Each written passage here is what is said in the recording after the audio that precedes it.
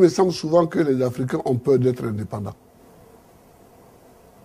Ils ont peur d'être indépendants. Signifie que l'Occident n'a aucun intérêt à ce que l'Afrique se libère et se développe. L'Occident n'a aucun intérêt à le faire. Donc les aides et les coopérations, c'est des cadeaux empoisonnés, puisqu'en fait, c'est pour freiner l'Afrique en réalité.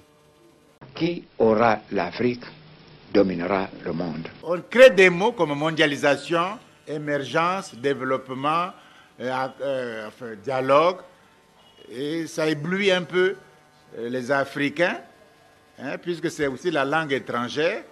Comment dit-on mondialisation en lingala? Traduisez. Vous verrez qu'il y a un piège dedans. Pour y aller. Et Sarkozy leur dit, je vous interdis de monter dans l'avion, parce que si vous passez l'espace, je vous flingue. Eh bien ça s'appelle de l'irrévérence, c'est de l'irrespect. On ne parle pas comme ça à des pays qui sont souverains. Alors, vous faites l'objet de pression, Monsieur le Président, de la part des États occidentaux? Oui, toujours. Toujours? Oui. Comment ça se manifeste? Bon, politiquement. Ah bon? Oui. C'est-à-dire? Puisque le pouvoir les tient des peuples, il ne faut pas qu'ils le cachent. Qu'on a dit qu'on va les envahir s'ils ne font pas ceci. Qu'on a dit qu'on va tuer une partie de la population s'ils ne font pas cela. Parce que c'est ça aussi la réalité. Moi, je leur en veux de ça. D'ailleurs, je me souviens avoir dit à Yadema, pourquoi ne nous avoir rien dit? Il était âgé, il était embêté. Bongo, pareil, m'a dit la même chose. Sachez que être chef d'État en Afrique, en ce moment, n'est pas un cadeau. Et ce n'est pas un cadeau parce que peut-être que nos dirigeants ne savent pas comment expliquer ça à leur population qui sont prises en otage. Qui aura l'Afrique dominera le monde. C'est une vérité. Parce que qui aura l'Afrique sera maître des matières premières dans le monde. Soit qu'il développe ces matières, valorise ces matières premières pour son économie, ou soit qu'elle empêche que sa matière première parvienne au camp adverse. Ce qui signifie clairement, et même très clairement, que l'Afrique doit rester à jamais dans le sous-développement ou le quasi-développement afin d'assurer le développement de l'Occident en fournissant presque gratuitement toutes les matières premières dont l'Occident a absolument besoin pour son développement, son progrès, sa puissance, son bonheur. Le pompage de l'Afrique par l'Occident installe ici le sous-développement et crée là-bas le développement. L'État-nation africain actuel ne peut pas et ne pourra pas arrêter le pompage de l'Afrique par l'Occident. Ce pompage continu signifie que l'Occident n'a aucun intérêt à ce que l'Afrique se libère et se développe. L'Occident n'a aucun intérêt à le faire. Donc les aides et les coopérations, c'est des cadeaux empoisonnés, puisqu'en fait, c'est pour freiner l'Afrique en réalité. Et nous ne le comprenons pas encore. La cause profonde du sous-développement, ce n'est pas tellement ce qu'on raconte, corruption, bonne gouvernance, mais quelle est la cause profonde qu'on ne dit pas, que les experts même africains ne disent pas pour respecter les normes des critères internationaux. La cause profonde du sous-développement, quelle est-elle de l'Afrique noire? Mais cette cause du sous-développement, c'est l'Occident. Il ne faut pas chercher midi à 14 heures. Depuis le XIIIe siècle, à travers la traite négrière atlantique, des millions de Noirs sont pas dans les conditions qu'on sait. À travers l'esclavage, c'est-à-dire traiter des êtres humains sans droits humains comme des animaux. La colonisation, et on payait même les impôts, on vous coupait les bras, si vous n'avez pas payé l'impôt, même mort. La domination, l'apartheid, la néocolonisation, avec des structures inégalitaires et non viables historiquement, comme la France-Afrique. Ce n'est pas viable historiquement. Et eux-mêmes, ils commencent à critiquer ça. Et les Africains résistent, ils veulent encore la France-Afrique. Cela fait au total près de 10 siècles nos rapports avec l'Occident. 10 siècles. On a passé par toutes les expériences de l'esclavage aux aides et aux dettes injustes. Ça a suffi 10 siècles, non? On veut encore être abruti, sous-développé pendant 10 siècles encore? Alors, si l'Afrique possède, voilà la question, si l'Afrique possède la maîtrise de ses ressources minières, de ses forêts, de ses hydrocarbures, de ses eaux maritimes, de ses terres arables, alors l'Occident s'affaiblit inéluctablement. Donc, il faut, pour le salut de l'Occident et la domination des damnés de la terre, comme disait Frantz Fanon, il faut que l'Afrique noire soit toujours asservie, infantilisée, et on commence par le manque de respect des chefs d'État africains, infantiliser l'Afrique, la néocoloniser et du coup la sous-développer. On a intérêt à le faire par tous les moyens. Tous les instituts, toutes les écoles, tous les grands cerveaux européens travaillent sur cette question-là. Parce que si l'Afrique échappe, nous sommes... La question de l'Afrique n'est donc pas le sous-développement ou le développement. Il faut ouvrir les yeux, ce n'est pas notre question. La question de l'Afrique, on s'est trompé pendant des années dans nos cours de Sciences Po et tout, de sciences économiques. On s'est trompé. La question de l'Afrique n'est pas le sous-développement ou le développement. Nous n'avons pas à nous développer, ça se fait automatiquement. L'enfant qui naît ne se pose pas la question de respirer. S'il a de bons poumons, il respire automatiquement. La question de l'Afrique est très nettement, il faut le dire, la question du rapport de force dans le monde contemporain. La question du rapport de force dans le monde contemporain. Je vais m'expliquer sur ça, en prenant des images. Pot de terre, c'est-à-dire la céramique, la poterie de terre. Pot de terre contre pot de fer, qui gagne? Qui domine? Qui dirige? Qui fait la loi? C'est tout. Hein? De pot de terre, la Chine est devenue pot de fer. Et le respect est là, même dans les affaires, même dans les disputes. De pot de terre, la Chine est devenue pot de fer. Et le respect est là, même dans les affaires. De pot de terre, l'Inde est devenue pot de fer. Et l'admiration est là, et l'on signe des accords nucléaires. On nous parle de l'émergence, mais c'est quoi l'émergence? L'émergence, si souhaitée, si proclamée, c'est devenir simplement pot de fer. L'émergence, c'est pas...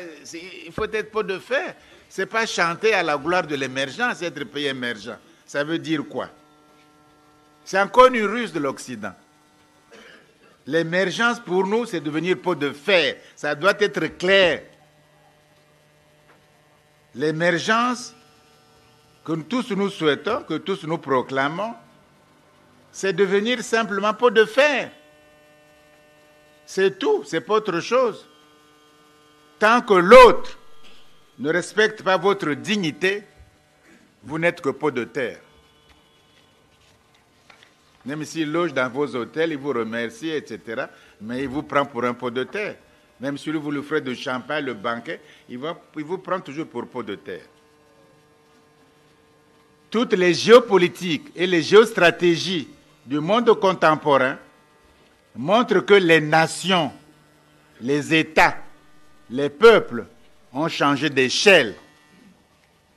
L'Europe, c'est 27. L'Inde, c'est un sous-continent. La Chine, c'est un grand monde. Les États-Unis, le Canada, le Mexique, ils veulent être ensemble. Le Mercosur, le Brésil et les pays andins de l'Amérique. On a changé d'échelle. Les nations ont changé d'échelle. Les États aussi. On peut pas, il faut être 27. Les États, les peuples ont changé d'échelle. C'est-à-dire, de pot de terre, ils veulent devenir de plus en plus pot de fer. Et c'est cela, la mondialisation. Ce n'est pas autre chose, telle qu'elle se passe sous nos yeux. Être plus fort, protéger ses biens, son commerce extérieur, vendre ses produits, son industrie, gagner des marchés, fortifier sa monnaie, les multinationales, dominer les autres, ne pas accorder, etc. C'est ça la mondialisation. Devenir de plus en plus pot de fer pour écraser les pots de terre. Tout en vous noyant dans la mystification du développement, de l'émergence, que ça ira mieux. Donc l'Occident est très mal. On crée des mots comme mondialisation, émergence, développement, dialogue, et ça éblouit un peu les Africains, hein, puisque c'est aussi la langue étrangère. Comment dit-on mondialisation en lingala? Traduisez. Vous verrez qu'il y a un piège dedans. Oui. Donc, ça nous empêche de changer l'échelle. Et l'État-nation africain actuel, l'État-nation actuel africain doit changer également d'échelle. Tout le monde le fait maintenant. On va louper encore ça. On loupe l'électricité, on loupe le nucléaire, on loupe tout. Il y a les tournants. Pendant qu'ils se battent pour faire 27 États, nous, non. Mais il faut changer d'échelle maintenant. Parce que ça sera plus fort. On n'aura plus affaire au Portugal, on aura affaire à 27. On n'aura plus affaire à l'Italie ou à la France ou à la Belgique. Ils seront 27. Hein? L'État-nation africain actuel doit changer aussi d'échelle et se fondre constitutionnellement. Voilà pourquoi les juristes africains doivent réfléchir. Ce n'est pas la guerre, ils doivent se fondre constitutionnellement dans l'État fédéral africain continental. Les constitutions des États doivent prévoir une clause. En cas d'État fédéral, on adhère à l'État fédéral. C'est le travail des constitutionnalistes africains qui doivent le faire. Ça, c'est nouveau. Ça, ce n'est pas les constitutionnalistes étrangers qui vont le faire ou de la coopération intérieure qui vont le faire. C'est notre affaire à nous. Et c'est ça l'innovation dans le droit africain. Car les faibles, ceux qui sont, je prends l'image de pot de terre, les faibles, les pauvres, les fragiles, les timides, les balkanisés, on attend quoi? Les balkanisés ne sont qu'au pot de terre. Avec nos gouvernements, les assemblées nationales, les institutions dites démocratiques, les économies vacillantes et les niveaux très bas scientifiques et technologiques du pays, et par ailleurs les ardeurs exégétiques enflammées. Tout le monde fait les exégèses de la Bible. Tout le monde s'enflamme pour ça. Mais voilà, mais vous n'avez pas changé d'échelle. Le gouvernement n'a pas changé d'échelle, les économies non plus, les institutions non plus, les assemblées nationales non plus. Mais vous, on est en train de renforcer le pot de terre, c'est tout. Oui. Ça résout quel problème fondamental devant la géopolitique mondiale, devant la géostratégie mondiale? Même il n'y a même pas de sécurité d'un peuple africain. On peut bombarder de l'espace. Nous, on n'y connaît pas l'espace. On peut vous bombarder en étant dans l'océan Indien. On peut vous atteindre. Voyez-vous? Donc la question de l'Afrique n'est pas encore une fois le développement, mais la création d'une puissance politique africaine. C'est ça, c'est tout. La création d'une puissance politique africaine à l'échelle continentale. Tout le reste trouvera sans délai des solutions convenables. Tout le reste. L'industrialisation, le développement, les routes, tout le reste trouvera. Il faut des États-nations africains locomotives. Parce qu'il faut qu'il y ait ceux qui amènent le train aussi. Hein. Il faut des États africains, nations à l'heure actuelle, des États-nations africains, même si tout le monde, nous sommes tous des pots de terre, mais il faut quand même que certains soient des locomotives, c'est-à-dire des leaders. Et la RDC est bien placée pour être la locomotive du nouveau panafricanisme, pour être le leader de cette grande vision panafricaine qu'est l'État fédéral africain à l'échelle continentale. Il faut des leaders. Lorsqu'un président de la République française interdit, je suis tombé sur le dos quand j'ai entendu ça. Vous savez que l'Union africaine, qui était à l'époque présidée par son Excellence le président Obiang, de la Guinée équatoriale, avait, à propos de la Libye, avait une solution négociée à proposer. Ils ont formé une délégation pour y aller. Et Sarkozy leur dit, je vous interdis de monter dans l'avion, parce que si vous passez l'espace, je vous flingue. Eh bien ça s'appelle de l'irrévérence, c'est de l'irrespect. On ne parle pas comme ça à des pays qui sont souverains. Ce n'est pas que des mots, ça a un sens. Bon, vous savez qu'il y a beaucoup de gens, ils ont la jalousie sur le bien, la richesse des Africains. Aujourd'hui, la crise économique qui secoue aujourd'hui les pays européens, ils tentent de changer l'ordre mondial. Ils tentent de chercher les moyens comme ils veulent. Parce qu'il n'y a pas de possibilité de sauver la situation de la crise.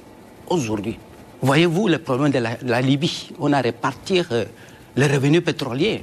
Ça, c'est pareil. Vous voulez dire que les États occidentaux se sont partagés la Libye aujourd'hui? Aujourd'hui, ils veulent changer l'ordre mondial.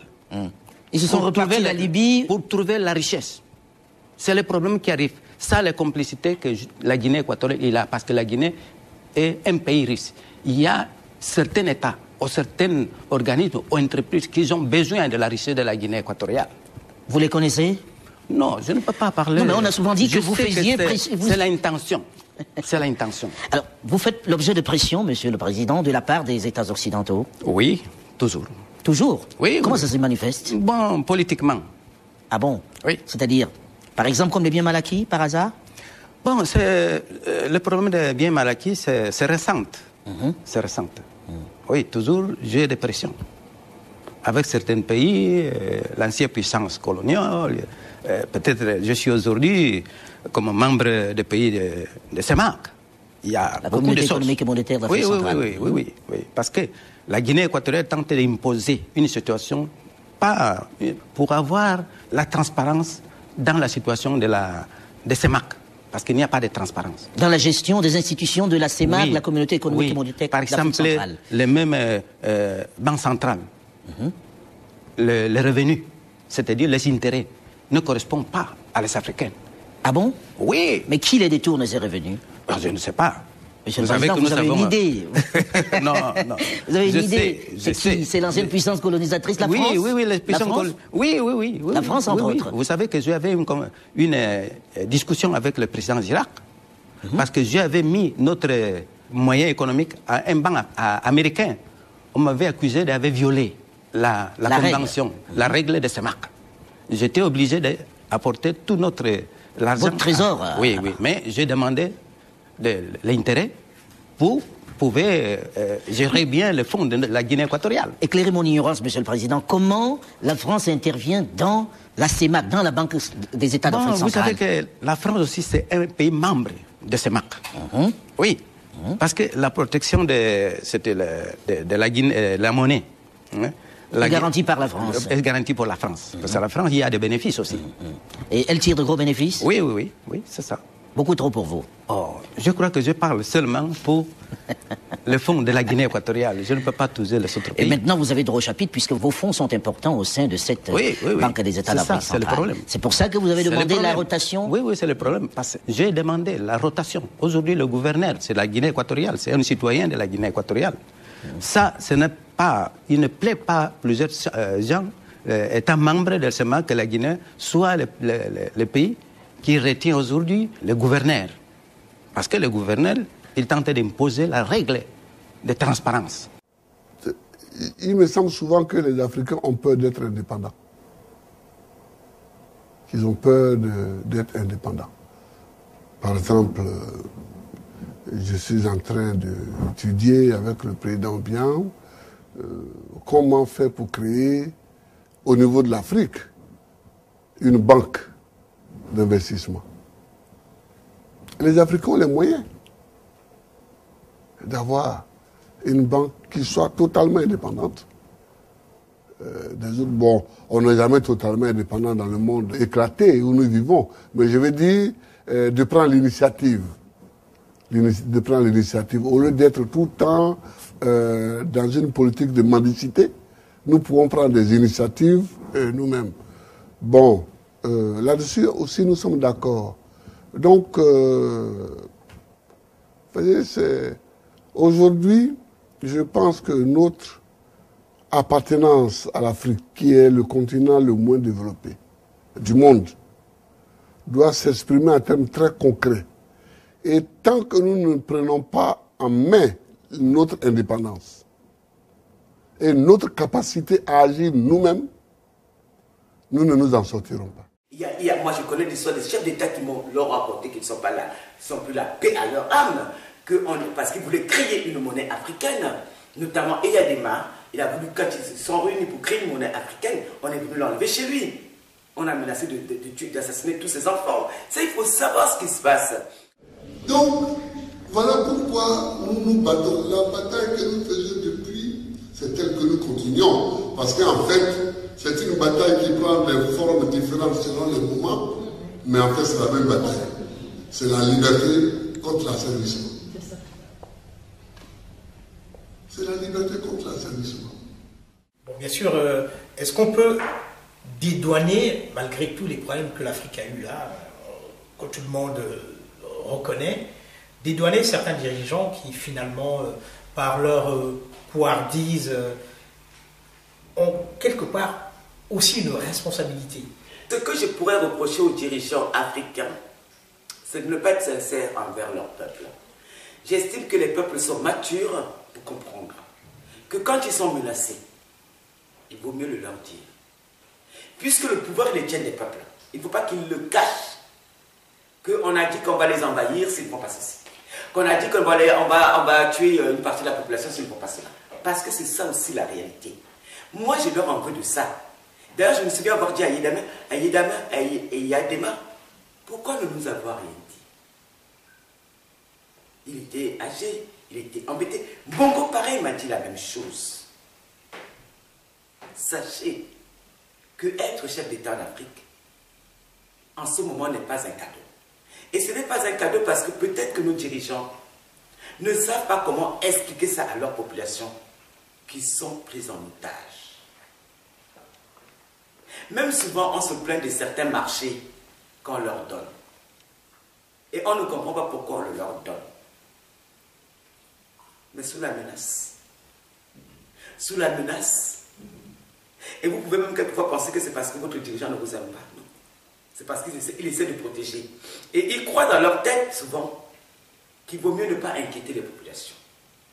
Moi, je suis de l'avis contraire. Moi, je suis de l'avis qu'il faut leur dire. D'ailleurs, je l'ai dit aussi à Bongo. On s'est vu juste une fois. Pendant 5 heures, il m'a parlé. Il y a des mois pareils. Je ne cherchais pas à les voir. Ils ont demandé à me rencontrer. Peut-être parce qu'ils voulaient consigner l'histoire et me faire dire ce qui a été. J'avais parlé officiellement et je vous en parle là. Oui, il les menace.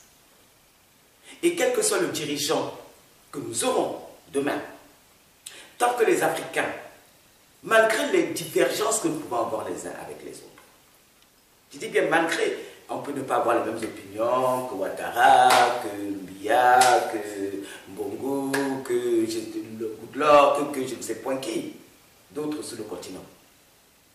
Je dis, sachons faire front. Sachons faire front, car l'adversaire est terrible. Il y a aussi des oppositions drôles, des oppositions cocasses. Quand tu vois que les opposants africains n'ont d'autres inspirations que d'imiter ce qui se passe ailleurs, on a envie de pisser de rire. Quand on voit qu'il y a par exemple le CNTC camerounais, Conseil national de transition camerounais, parce qu'il y a eu le Conseil national de transition libyen, parce qu'il y a eu le Conseil national de transition syrien, on a envie d'éclater de rire. Quelle est cette opposition sans, je dirais, sans inventivité, sans créativité, sans âme. Je veux dire qu'on leur dit démocratie, ils répètent démocratie, sans se poser la question, mais de quelle démocratie nous parle-t-on? S'agirait-il d'une démocratie à bout des armes? C'est ça, on refuse, on refute. Parce que ceux qui vont venir bombarder vos pays ne vont pas vous faire de quartier. On le voit bien à la situation de la Libye, qui était l'une des plus beaux pays d'Afrique. Justement, vous en parlez, très avancé, bien sûr. La Côte d'Ivoire. Voilà, très avancé, qui aujourd'hui se retrouve dans une situation où les gens meurent de faim. Un pays où la prostitution n'existait pas. Aujourd'hui, il y a des prostituées partout. Ceux qui sont venus bombarder, soi-disant, pour établir la démocratie, ont disparu dans la nature. Or, c'est ce que les peuples africains, les oppositions africaines veulent nous proposer, je leur dis 10 000 fois non. Je pense qu'il faut réinventer la politique africaine, réinventer notre propre démocratie. C'est possible. On n'a pas besoin que des modèles soient imposés d'ailleurs. Je veux dire, chaque peuple est différent, chaque peuple a sa propre histoire. 50 ans dans la vie des nations, je comprends l'impatience des peuples d'Afrique. Je comprends qu'ils veulent que ça aille vite. Mais qu'ils sachent aussi une chose, 50 ans dans la vie d'un être humain, c'est la moitié de sa vie à peine. Mais 50 ans dans la vie d'une nation, c'est rien. C'est rien. Et je dis quelque part, quand je lis l'histoire, parce qu'il ne faut pas... La réaction souvent de mes frères est souvent liée au court-termisme. Or, l'histoire des peuples, ce n'est pas du court terme. Si vous voulez avoir une vraie lisibilité de l'histoire de l'Afrique, il faut remonter au XVIe siècle, XVIIe, au moment de l'esclavage. Et là, vous allez voir que le peuple africain est un peuple admirable. Peu de peuples auraient survécu à ce que le peuple noir a vécu dans le monde. Peu de peuples auraient survécu. D'ailleurs, on a vu avec les Indiens, ils n'ont même pas été mis en esclavage, ils ont disparu.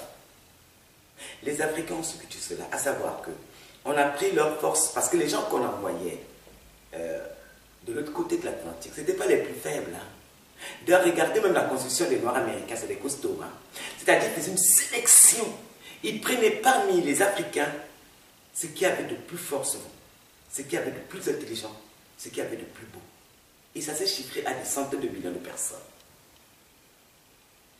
Ça veut dire qu'ils ont aspiré le continent de ces forces vives. Après, on a mis ce continent sous domination coloniale, avec les travaux forcés, avec l'humiliation, avec les guerres. Je me souviens, peut-être parce que je suis un peu plus âgé que peut-être ceux qui vont nous regarder aujourd'hui, d'il y a 30 ans, dans les années 90, en Occident, on avait décrété que l'Afrique était morte. On ne voulait plus aider l'Afrique. On avait décrété qu'avec le sida et tout, nous allions disparaître.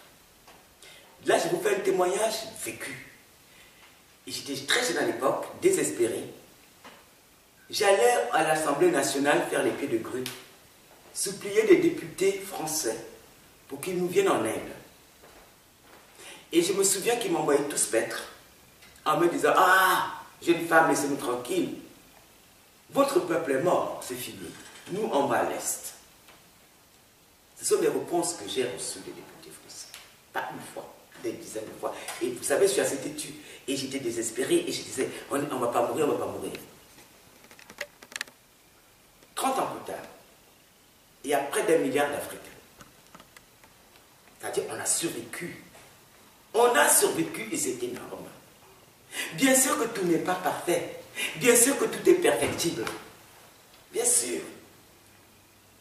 Mais je me dis, quel peuple merveilleux.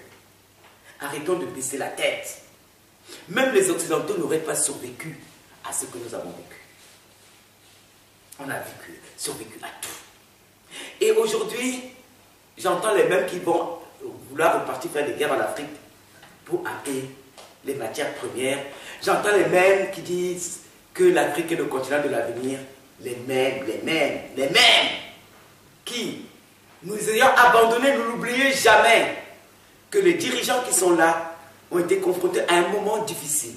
Le FMI dont vous parlez, Alain Jules, avec ces mesures, vous êtes jeune peut-être, d'ajustement structurel avait jeté dans la rue des millions d'Africains sans emploi. Il y avait une telle misère que je voyais mes oncles qui, hier encore, me donnaient 5 000 francs, 1000 francs pour prendre un taxi, n'avaient plus rien. L'humiliation a été extrême. J'ai du mal à oublier ce qui a été. Et je dis aux jeunes de toujours avoir la curiosité, avant de parler, avant de prendre une décision, de savoir ce qui a été. L'offensive néolibérale consiste aujourd'hui à construire un nouveau discours sur l'Afrique.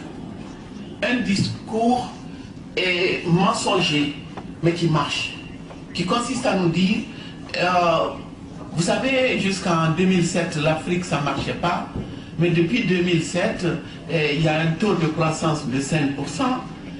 Et 2010, en dépit des difficultés dans les pays riches, le taux de croissance de l'Afrique, c'est 5,5%. D'ailleurs, l'Afrique va continuer à croître et il paraît que bientôt, on sera émergent. Voici la nouvelle fable qu'il raconte dans les hautes sphères de la politique et de la finance. Et voici ce discours qui entre dans la tête et les oreilles des dirigeants africains. Les dirigeants africains n'écoutent plus, n'entendent plus. Des gens comme moi, c'est comme le chien aboie, la caravane passe, parce qu'ils sont persuadés que bientôt nous allons devenir comme la Chine, le Brésil et tout le reste.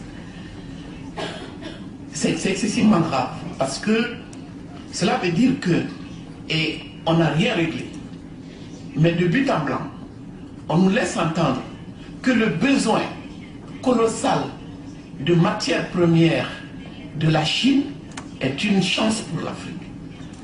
Ça veut dire que nous ne sortons pas du schéma qui consiste à donner, à ouvrir les entrailles de la terre africaine pour donner les richesses de l'Afrique.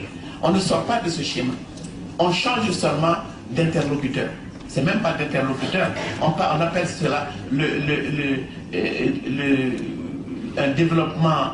Ce n'est plus unipolaire, ce n'est pas bipolaire, et c'est multipolaire. Comme la multiplication des interlocuteurs avec le Brésil, la Chine, la Russie et le reste est considérée comme une chance pour l'Afrique. C'est grave, pourquoi? Parce que